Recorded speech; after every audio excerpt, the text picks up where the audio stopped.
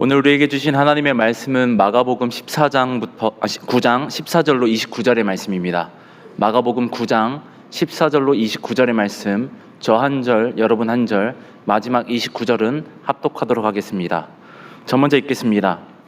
이에 그들이 제자들에게 와서 보니 큰 무리가 그들을 둘러싸고 서기관들이 그들과 더불어 변론하고 있더라.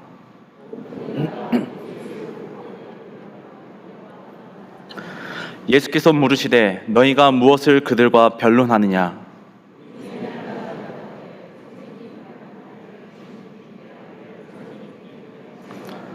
귀신이 어디서든지 그를 잡으면 거꾸러져 거품을 흘리며 이를 갈며 그리고 파리해지는지라. 내가 선생님의 제자들에게 내쫓아 달라 하였으나 그들이 능히 하지 못하더이다.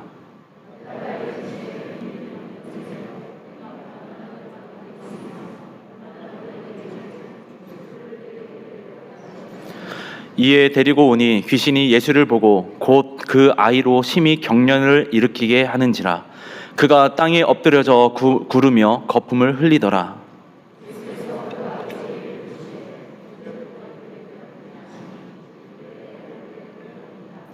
귀신이 그를 죽이려고 불과 물에 자주 던졌나이다. 그러나 무엇을 하실 수 있거든 우리를 불쌍히 여기사 도와 주옵소서.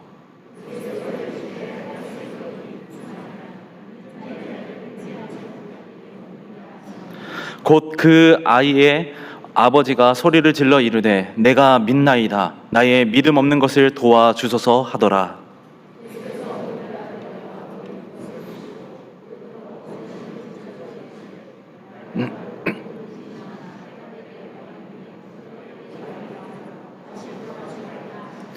귀신이 소리 지르며 아이로 심히 경련을 일으키게 하고 나가니 그 아이가 죽은 것 같이 되어 많은 사람이 말하기를 죽었다 하나.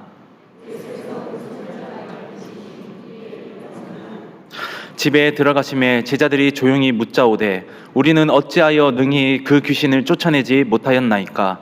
이르시되 기도 외에 다른 것으로 이런 종류가 나갈 수 없느니라 하시니라. 아멘. 할렐루야. 오늘 수요예배 오신 우리 여명교회 모든 성도님들을 주님의 이름으로 환영합니다.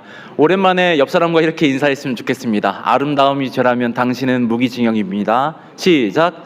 아름다움이 죄라면 당신은 무기징역입니다. 우리 여명교회 성도님 모두가 진짜 하나님의 자녀로서 또한 아름다운 자로서 무기징역인 줄 믿습니다. 요즘 핫한 드라마가 있다고 하더라고요. 취사병 전설이 되다. 혹시 보신 적 있으십니까? 예, 많이 없으시군요. 예, 저는 이 드라마를 웹툰으로 먼저 보게 되었는데 왜 보게 되었느냐? 제가 취사병 출신이어서 관심 있게 보게 되더라고요.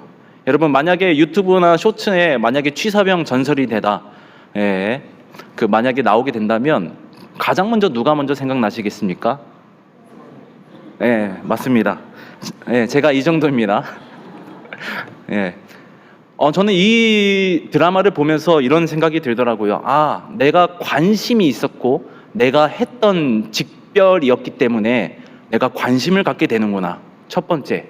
그리고 혹시나 성도님들이 이걸 보면서 나를 생각해 주지는 않을까라는 이런 이상한 착각을 하게 되었습니다. 여러분, 그런 거더라고요.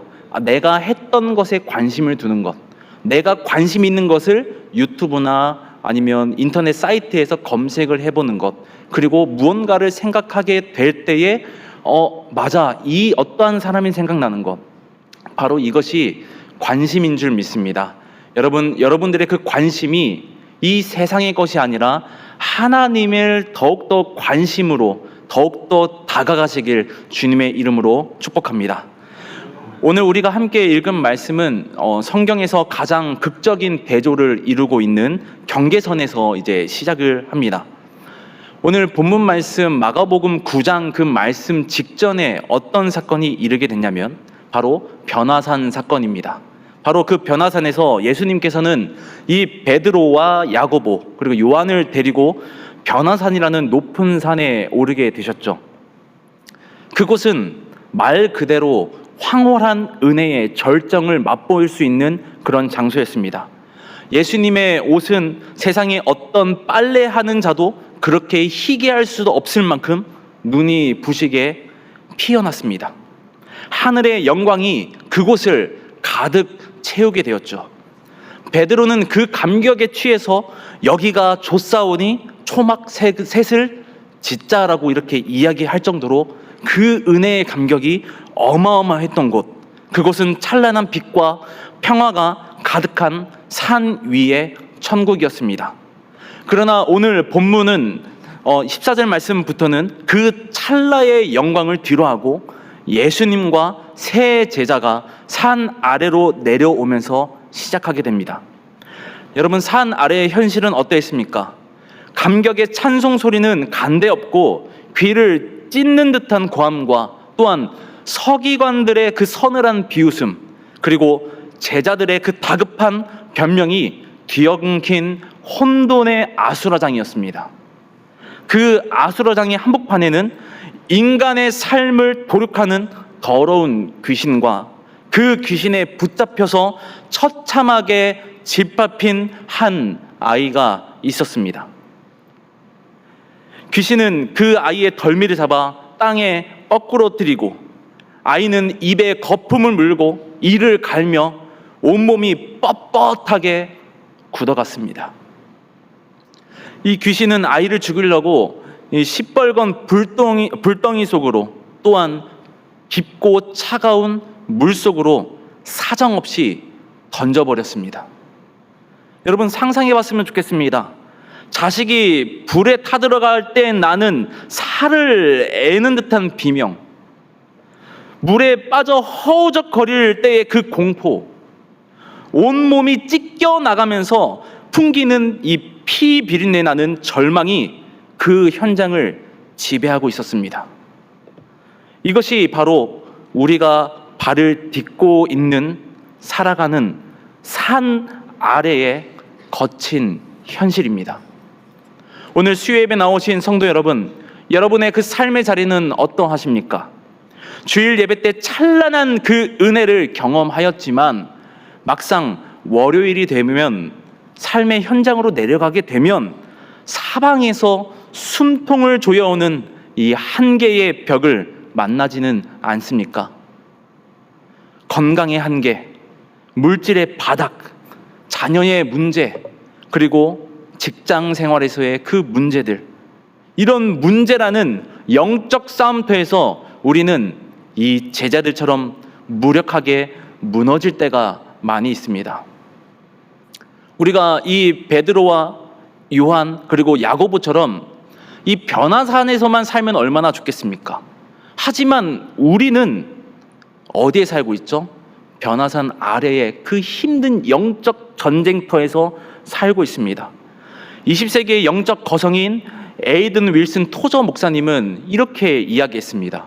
한번 띄워주시면 감사하겠습니다.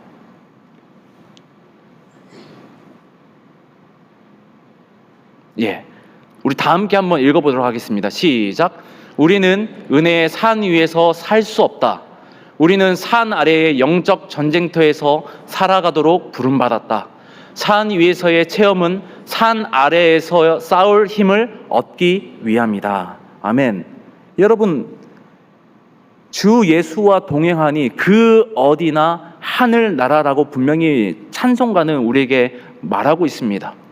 하지만 여러분, 우리가 현실적으로 살아가고 있는 곳은 어디죠? 변화산 아래에 영적 전쟁터에서 살아가고 있는 것이죠. 그런데 우리는 착각합니다. 지금 좋아, 너무 행복해. 아니란 그 마음과 전쟁이 일어나지 않고 그 평화를 누리면서 살 때가 있습니다. 하지만 여러분, 이것은 사단의 계략인 줄 믿습니다. 그 편안하고 안락한 삶 속에서 사단은 우리의 그 영을 갈기 찢어버리고, 오늘 본문의 말씀에 나와 있던 이 귀신 들린 어린 아이와 같이 우리를 불구덩이 속으로, 그리고 깊은 물 속으로, 그리고 우리의 모든 것들을 갈기 찢어버리는 줄 믿습니다. 그럴 때일수록 우리는 어떻게 해야 될까요? 오늘 이 치열한 영적 전쟁터 같은 산 아래에서 우리는 어떻게 내 한계를 뛰어넘어 승리할 수 있는지 주님의 음성을 듣기를 주님의 이름으로 축복합니다. 첫 번째로는 이 산 아래에서 살아남기 위하여, 전쟁에서 승리하기 위하여서는 첫 번째 조건이 있습니다. 그것은 바로 내 경험의 우상을 깨뜨리고 무능함을 철저히 고백하는 것입니다. 여러분, 산 아래에 남겨진 9명의 제자들은 왜 이 처참한 영적 전쟁에서 패배했을까요? 그들은 귀신 들린 아이를 보았을 때 소매를 걷어붙이고 자신만만하게 앞장섰을 것입니다.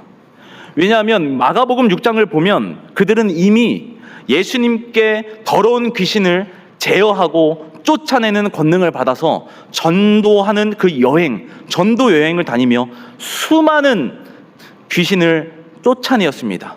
그리고 앓는 자들을 고쳤습니다. 이러한 화려한 성공 경험이 있었기 때문에 아마 손발을 다 걷고 자신만만하게 나아갔을 것입니다. 마가복음 6장 12절에서 13절 말씀입니다. 우리 다 같이 합독하도록 하겠습니다. 시작. 제자들이 나가서 회개하라 전파하고 많은 귀신을 쫓아내며 많은 병자에게 기름을 발라 고치더라. 아멘. 이러한 영적인 체험이 있었던 자가 바로 제자들이었습니다. 그렇기 때문에 귀신 들렸던 이 아이, 그 아이에게서 귀신을 쫓아내려고 노력을 했고 자신만만하게 나아갔다는 것이죠. 그들은 이번에도 내가 해봤는데 그때 이렇게 하니 되던데 하며 과거의 기억과 자신의 손끝에 남은 감각을 의지했습니다. 그러나 사탄은 만만한 존재가 아닙니다. 제자들이 아무리 호통을 치고 땀을 흘려도 아이 속에 있었던 그 귀신은 비웃듯 꿈쩍도 하지 않습니다. 과거의 성공이, 경험이 내가 할 수 있다는 그 영적 교만이 되어버린 것이죠. 그 영적인 그 교만이 제자들의 그 눈을 가려버렸던 것입니다. 결국 제자들이 무력하게 무너지자 그 모습을 지켜보고 있었던 아이의 아버지의 마음에도 서늘한 불신의 얼음가시가 돋기 시작합니다. 아버지는 예수님께 나와 이렇게 하소연합니다. 마가복음 9장 22절 말씀입니다. 귀신이 그를 죽이려고 불과 물에 자주 던졌나이다. 그러나 무엇을 하실 수 있거든 우리를 불쌍히 여기사 도와 주옵소서. 여러분, 무엇을 하실 수 있거든, 이 한마디 속에는 이 제자들의 실패를 보며 주님의 능력마저 불신하게 된 아버지의 그 깊은 절망이 배어 있습니다. 환경의 압도적인 무게에 눌려서 전능하신 주님의 손길마저 자신의 한계 안에 가두어 버린 것입니다.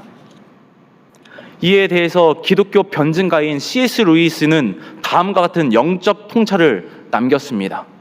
하나님은 우리의 성공을 통해서가 아니라 우리의 철저한 실패와 무능함의 고백을 통해 그분의 전능하심을 드러내신다. 인간의 끝은 하나님의 시작이다. 띄워주셔야 됩니다. 타이밍이 절묘하네요. 하나님은 우리의 성공을 통해서가 아니라 우리의 철저한 실패와 무능함의 고백을 통해 그분의 전능하심을 드러내신다. 인간의 끝은 하나님의 시작이다.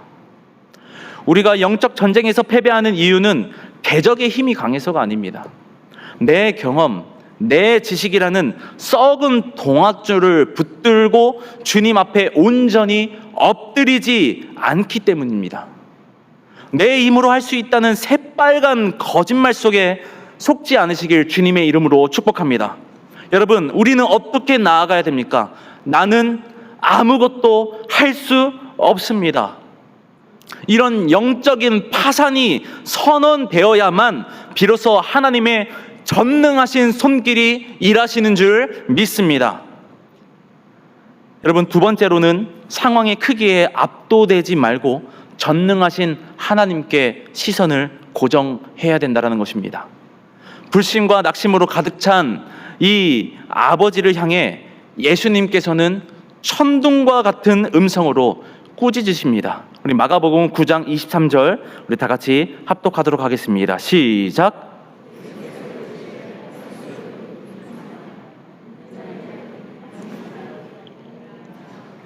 아멘. 믿는 자에게 능히 하지 못할 일이 없느니라. 이 말씀을 하늘은 스스로 돕는 자를 돕는다라는 이런 막연한 긍정의 힘을 가지라는 뜻이 아닙니다. 내 눈앞에 있는 비참한 상황을 보지 않고 내 앞에 서 있는 믿음의 대상인 예수가 누구인지 똑똑히 봐라라고 예수님께서 이 아버지에게 선언하고 있는 것입니다. 산 아래의 상황은 여전히 절망적이죠. 귀신은 마지막 발악을 하며 아이를 바닥에 내팽개치고 핏빛 거품을 흘리게 만들고 있습니다. 주변의 서기관들은 거봐라, 안 된다 라며 차가운 조롱을 퍼붓고 있습니다. 그러나 눈을 들어 예수님을 보십시오. 그분은 불과 몇 시간 전 산 위에서 태양보다 더 찬란한 빛으로 우주를 통치하시던 만왕의 왕이시며 말씀 한마디로 죽은 자를 살리시고 바다를 잠재우시는 전능하신 하나님입니다. 그 주님은 준엄한 말씀이 아버지의 귓전을 때렸을 때에 그의 영혼에 불이 붙었습니다. 아버지는 즉시 가슴을 쥐어짜며 소리를 지르게 되죠. 마가복음 9장 24절 말씀입니다. 우리 함께 읽겠습니다. 시작. 곧 그 아이의 아버지가 소리를 질러 이르되 내가 믿나이다. 나의 믿음 없는 것을 도와주소서 하더라. 아멘. 여러분, 이 울부짖음은 자신의 그 가짜 믿음, 껍데기뿐인 그 믿음을 깨뜨리는 회개의 눈물이었습니다. 주님, 제 시선이 아이의 발작과 사람의 비웃음에 갇혀 있었습니다. 주님은 할 수 있습니다. 제 안에 이 뿌리 깊은 불신을 주님의 보혈로 씻어 주시고 온전한 믿음을 부어 주시옵소서. 온전한 믿음을 부어 주시옵소서. 여러분, 너무나 인간적이지 않습니까? 내 아이가 아프더라도 여러분 누구 먼저 찾습니까? 응급실 먼저 가야 되지 않겠습니까? 아내를 찾고 남편을 찾고 그러지 않습니까? 하지만 우리가 누구 먼저 바라봐야 된다고요? 만물의 주인 되시며 우리의 모든 생사화복을 주관하시는 하나님을 바라보시길 주님의 이름으로 축복합니다. 종교개혁자 존 칼빈은 이 아버지의 고백, 귀신 들린 이 아이의 아버지의 고백을 이렇게 말했습니다.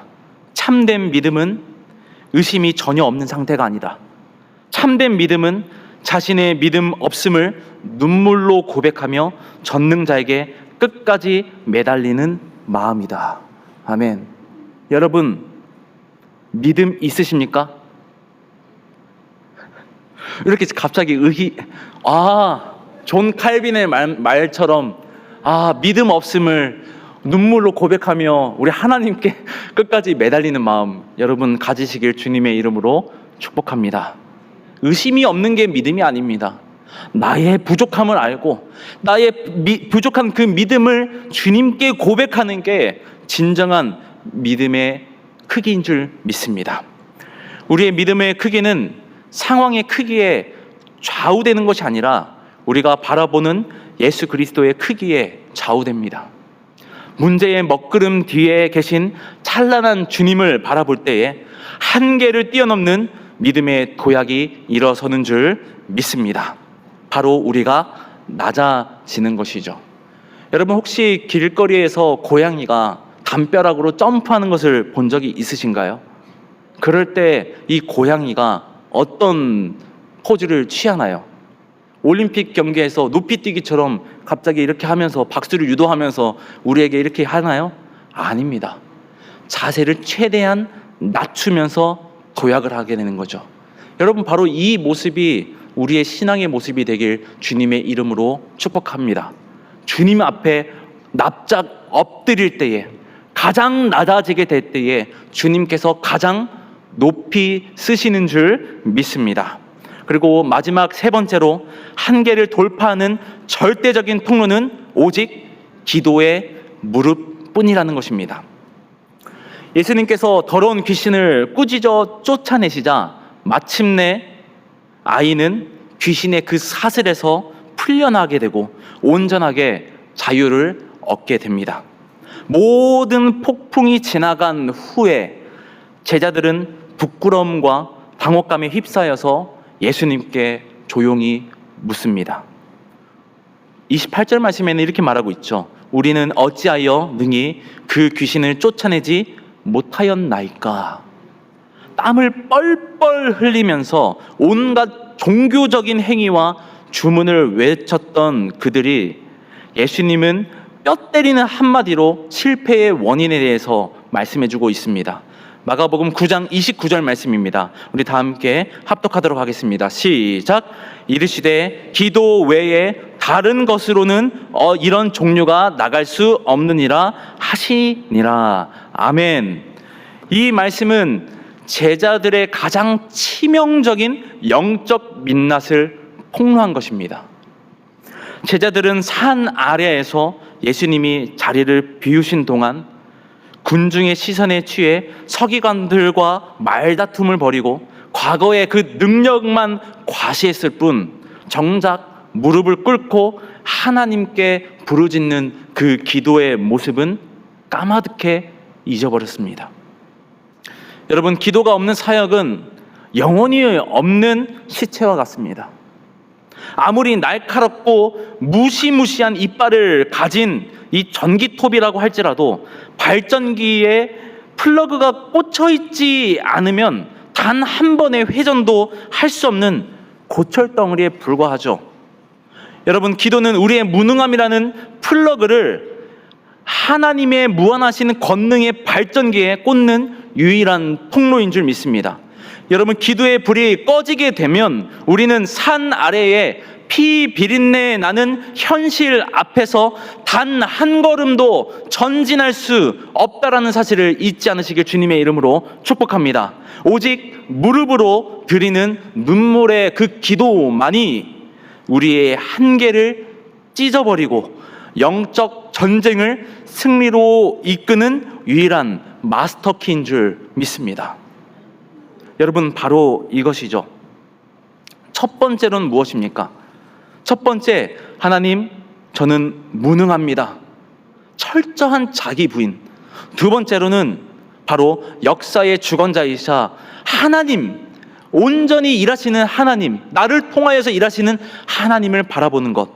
또한 마지막, 기도의 자리로 나아가는 것. 그때야 비로소 우리의 한계를 뛰어넘는 기도가 이루어지게 된다라는 것이죠. 오늘 성경 말씀에 보면 유다 왕 여호사밧의 기도가 정말로 유명합니다. 구약 성경 역대하 20장에는 인간이 마주할 수 있는 가장 극단적인 한계의 절벽 앞에서 기도로 승리한 여호사밧 왕이 있습니다. 어느 날 모압과 암몬과 또한 마온의 거대한 연합군이 이 유다를 쓰나미처럼 집어삼키기 위하여서 밀려 들어왔습니다. 예루살렘 성벽 너머로 적군들의 시커먼 군세가 끝없이 펼쳐졌고 또한 바람을 타고 적군의 군마 소리와 칼 가는 소리가 들려왔습니다. 유다의 힘으로는 도저히 살아남을 수 없는 그 상황, 나라 전체가 시체 더미로 변할 수밖에 없는 절체절명의 한계 상황에 있었습니다. 공포와 그 전율이 백성들의 목덜미를 휘감고 있는 그런 상황입니다. 그때에 여호사밧 왕은 군대를 점검하거나 주변국에게 원군을 요청하는 인간적인 방법을 쓰지 않았습니다. 그는 온 백성에게 무엇을 시켰냐? 금식을 선포했습니다. 또한 성전 뜰에 납작 엎드려서 주님 앞에 대성통곡하며 이렇게 부르짖습니다. 우리 역대하 20장 12절 말씀입니다. 우리 다 함께 큰 목소리로 합독하도록 하겠습니다. 시작. 우리 하나님이여 그들을 징벌하지 아니하시나이까.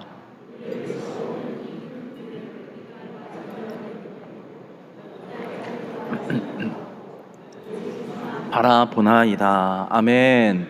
오직 주만 바라보나이다. 내가 어떻게 할 수도 없는 그 상황에서 누구를 바라본다고요? 주만 바라보나이다. 여러분, 제가 앞서 말씀드렸던 것처럼 제가 여호사밧 왕이었으면 유다를 치러 온 그 모든 모압과 암몬과 마온 진영에 가서 협상을 했을 것입니다. 내가 너희에게 수많은 금은보화를 주겠다. 매년 보내겠다. 아니면 비밀리에 원군을 요청해서 전쟁을 준비했고, 또한 녹슨 칼, 무뎌진 그 칼과 창과 방패를 갈도록 시켰을 것입니다. 하지만 여호사밧 왕은 무엇을 했다고요? 모든 백성에게 금식을 선포합니다. 기도하라는 거죠. 또한 자기 또한 주님 앞에 납작 엎드려서 주님께 저는 주님만 바라봅니다. 이렇게 고백합니다. 이 기도는 우리는 완전히 무능합니다. 이런 철저한 자기 부인이라는 것입니다. 눈앞에 몰려오는 이 시커먼 대군을 보지 않고 역사의 주관자이신 하나님 한 분께 시선을 고정하겠습니다라는 고백입니다. 또 그리고 온 마음을 찢으면서 기도의 무릎으로 하나님께 나아갔습니다. 여러분, 그때 이 기도를 한 후에 어떤 일들이 일어나게 되죠?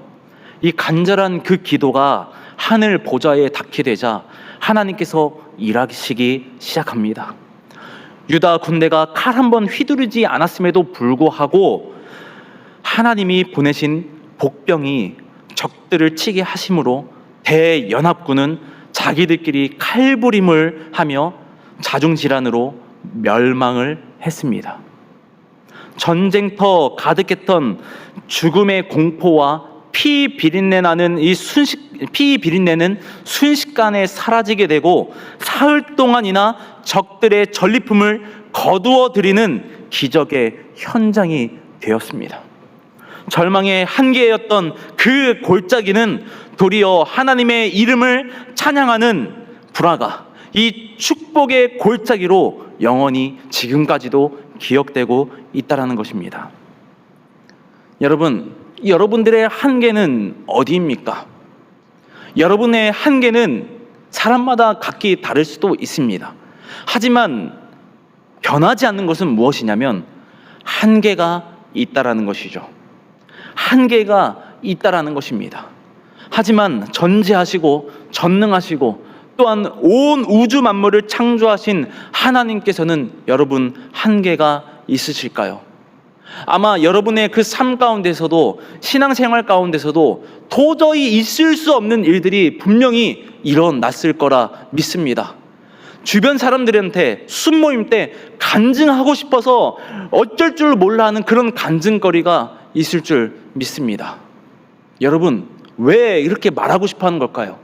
내가 기도를 그렇게 열심히 하고 하나님 저는 아무것도 아닙니다. 저는 아무것도 할 수 없습니다 라고 고백하면서 하나님 한 분만 바라보고 기도의 그 무릎으로 나아갔을 때 여러분 하나님께서 혹시 일하시지 않으셨습니까? 여러분, 공식입니다. 나는 아무것도 아닙니다. 하나님 앞에 납작 엎드리는 것, 나는 아무것도 할 수 없습니다. 저는 한계가 있습니다. 두 번째, 하나님을 바라보는 것, 하나님만 바라보는 것, 문제와 고난과 그 어려움을 바라보는 것이 아니라 하나님을 바라보는 것. 마지막 세 번째로 기도의 자리로 가는 것.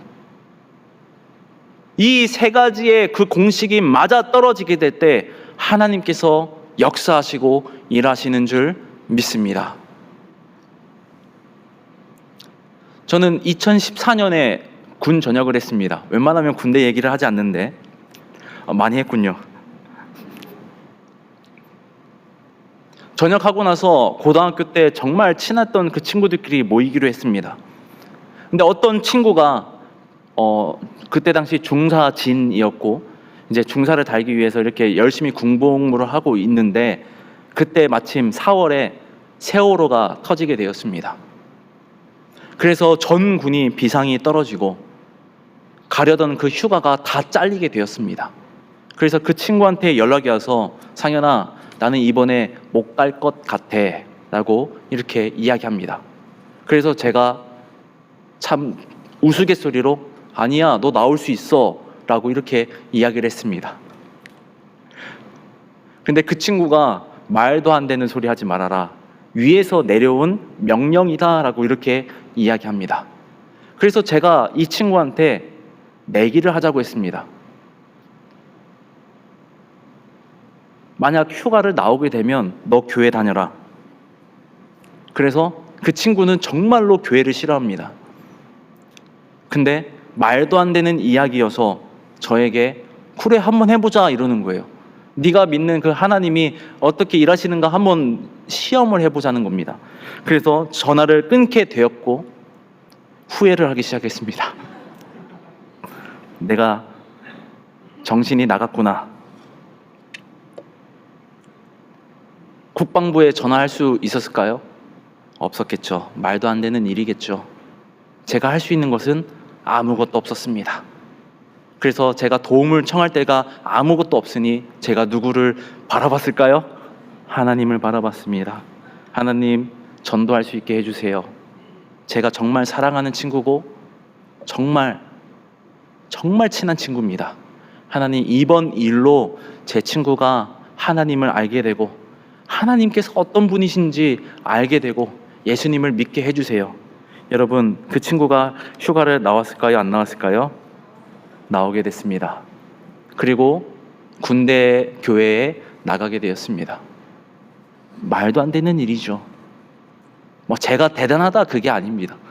혹시 대단하다고 느꼈었습니까? 아닙니다. 하나님께서 대단하십니다.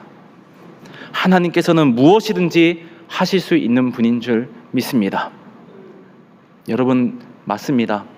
여러분, 혹시 인생 가운데 고난과 역경이 분명히 있을 거라 생각됩니다. 힘들죠. 어렵죠. 근데 이런 어려움 속에서 우리는 무엇을 발견해야 되죠? 세상 사람들은 어려운 일들, 그 고난과 그 문제점만 바라보면서 어떻게 해결하고 어떻게 풀어낼지만 고민합니다. 하지만 여러분, 믿는 자들은 무엇을 해야 된다고요? 그 문제를 보는 것이 아니라 그 문제를 해결하려고 했을 때의 나의 무능력함, 나는 아무것도 할 수 없다라는 그 믿음의 고백이 있어야 됩니다. 두 번째로, 문제와 그 고난과 어려움을 바라보는 것이 아니라 하나님을 바라보게 되는 것. 또한 마지막 세 번째로, 누구에게 간구해야 된다고요? 하나님께 간구해야 되는 줄 믿습니다. 그렇게 될 때에 내 한계를 뛰어넘는 믿음의 기도가 응답되어지는 줄 믿습니다. 여러분의 삶 가운데에 어떠한 문제와 고난과 역경이 있을 때에 그런 문제점들을 바라보는 것이 아니라 나는 아무것도 아닙니다라고 고백하며 하나님만 바라보고 기도의 자리로 전진하시길 주님의 이름으로 축복합니다. 우리가 살아가는 그 동안에 온전히 하나님만 바라보는 그런 믿음을 소유하시길 주님의 이름으로 축복합니다. 우리 다 함께 찬양하도록 하겠습니다.